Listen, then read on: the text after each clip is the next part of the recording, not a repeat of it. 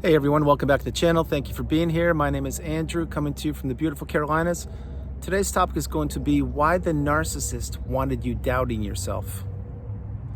Think about that for a minute. Guys, if you like the content, please subscribe. So, doubt is an instrumental tool weaponized against individuals who don't know what they're up against in the narcissistic abusive relationship. Casting doubt is a very, very difficult thing to process.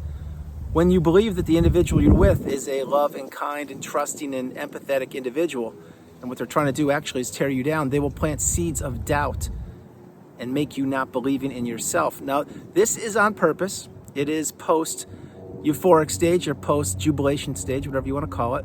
And it's when your guard is down. It's when you've already fallen in love with them. It's when you've already struck in the relationship up and perhaps you share things in common, or you started the business, or you moved, whatever it may be. But this is when the seeds of doubt will be planted, and they will be planted throughout the relationship. The idea of this is to keep the narcissist high, having them believe that they're higher than you on the pedestal and that you are less than, you are inferior. And they want to have you doubt yourself.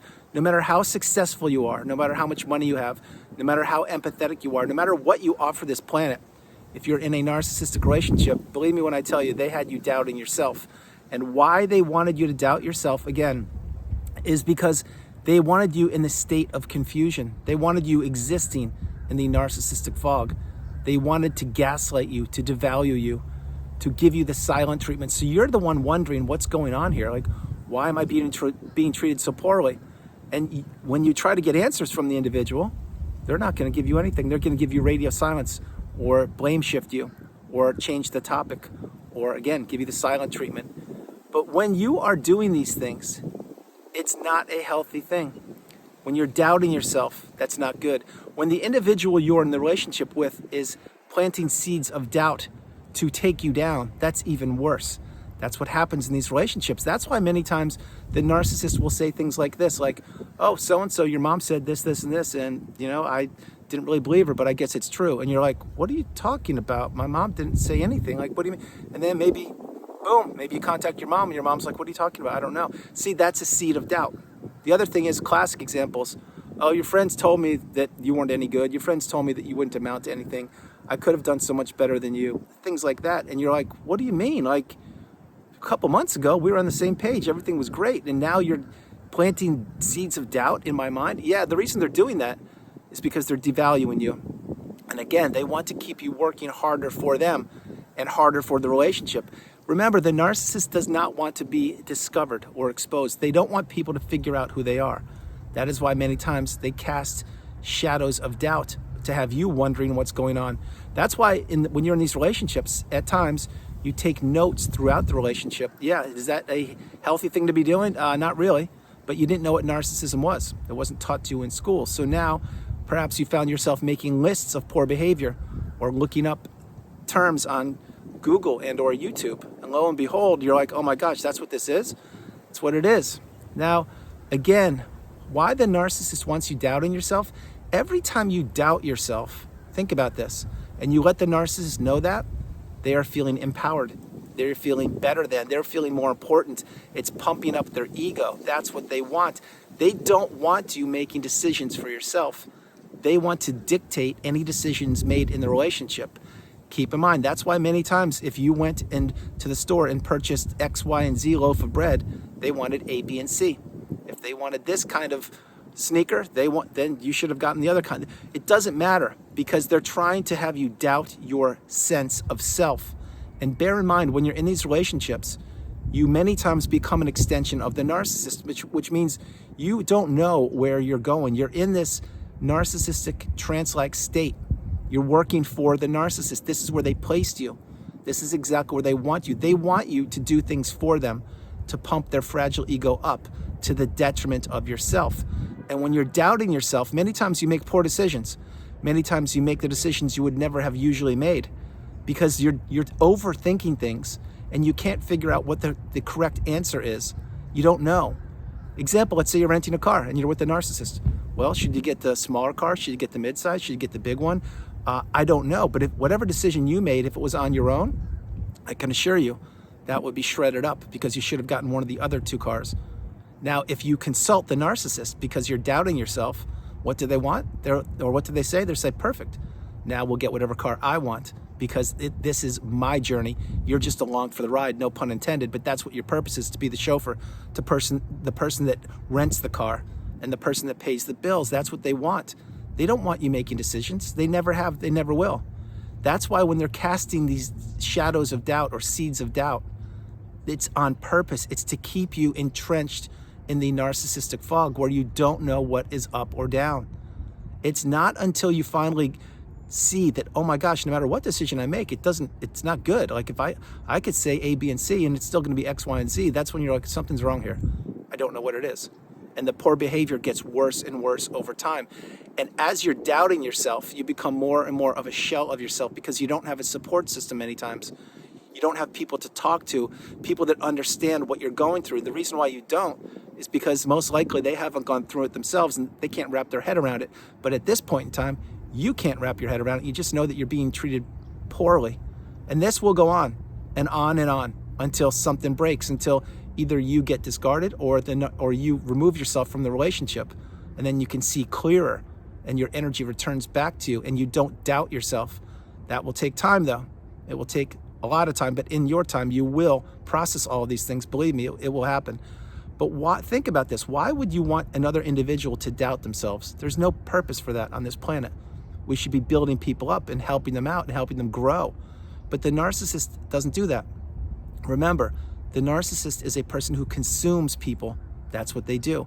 And one way to do it and to pump up their fragile ego is to tear you down and have you not believing in yourself. So it can be anything from what you buy at the store, to the car you rent, to the vacation you went on, to the clothes you wear, to your haircut, to your friends. How's that? That's another one. Let's say you had friends when you were with the narcissist. Did you maintain many of those relationships? Maybe, but probably not, because the narcissist would be casting shadows of doubt about your friends, saying, oh yeah, so-and-so said this, or so-and-so, I don't really think you should be seeing them anymore because they don't benefit you, or, those are my words, but the narcissist would say something different. And then before you know it, you're doubting yourself, but you're believing the narcissist, you lose the relationship, and that's it. And they do this slowly. They divide and conquer. They separate you from your social circle, your family, your friends, your acquaintances, so many, even your business. Many times the narcissist will have you doubting if you should go to work. It's completely true. Why? Because they want to tear you down and they feel that they own you. They feel that they can plant seeds of doubt in you, have you doubting yourself, and then you're going to do what they want. And the more you do for the narcissist, the more they're going to push you. The more they will push you to the brink. That is exactly what they do. They are not satiated. They're not happy. There's no stability in a narcissistic relationship. There can't be. There's disruption and chaos and manipulation. That's the way it works. So when you get the wisdom and you understand what you were going through, or perhaps you are still going through it, that's when you get a light bulb moment and you say, oh my gosh, something is off. I don't know what it is, but I need to figure this out. And then my hope is you find that needle in the haystack and you understand, oh my gosh, this is what I'm in. I need to remove myself or insulate myself or protect myself, because the narcissist wanted you doubting yourself. I can assure you. Think about triangulation. What about that one? When they triangulate you and or have triangulated you in the past, they're having you doubt yourself. Are you worthy? Are you good enough? Are you offering enough? Do you love them as much as you thought you did? Do they love you? Things like that. That's what triangulation is. It's meant to insert a third party in your relationship to disrupt and drive a wedge between you and the narcissist, and or you and that person, however you want to do it. There's so many layers to it. But the point is, triangulating is not a good thing. It's disruption. It's having you doubt yourself. It's when you could go to a cocktail party with the narcissist and you could see 50 people there, and yet in the back of your mind you're thinking, wow, she's talking to that one too long, he's talking to that one too long, they're talking to that one too. What they're doing is they're either planting seeds, they're making you get very skeptical of what's going on, but again, you're doubting yourself because they're treating these people completely better than they would treat you, and certainly better than they treat you on the way home or when you get home after that cocktail party. Understand the message. The narcissist, one of the ways they manipulate individuals is by having people doubt themselves. Same thing with kids. Perhaps they tell the kids, oh, you'll never amount to anything. You can't do anything right. Things like that. That is absolutely not acceptable at all. But they do it with everybody. They have people believing that. Same in the workplace. The workplace, somebody you work with, They'll tell you that you can't accomplish things, you can't do it, you won't make it, and you do it continuously. But then they tell you it's not good enough, or change, the deadlines change, you need to do it better. They have you jumping through hoops for them. That's what they do. That's why, again, there's no stability in these relationships. There's only chaos and manipulation. And why the narcissist wanted you doubting yourself? Because they knew that if they could plant that seed in your head of doubt, that you would be working for them again. And the longer you believe that, the false narrative, the more you would stay with them and pump them up to the detriment of yourself. It's not until you get the wisdom and you remove yourself from the relationship that you start to believe in yourself, and you believe that, wow, that person you were with, that wasn't good, that wasn't healthy, that was not a stable relationship. Thank goodness it's over with and I'm healing now, or I've healed. That is what you must do. You must believe in yourself and not listen to other people if they're doubting you or if they're casting shadows of doubt to you. Not good. You need to trust your instincts, pay attention to your intuition, and pay attention to red flags. Listen to me when I tell you, when someone is having you doubt yourself, that's not good. That means the person's not trying to build you up. That means the person's not trying to give you an opportunity. They're trying to have you doubt yourself and not believe in yourself, and you won't grow that way. You won't. You need to drown out the noise, live your best life, focus on yourself, remove yourself from relationships that don't benefit you, and begin living your best life. Guys, that's the video. I hope you liked it. I loved doing it. From the beautiful Carolinas, this is Andrew. Namaste.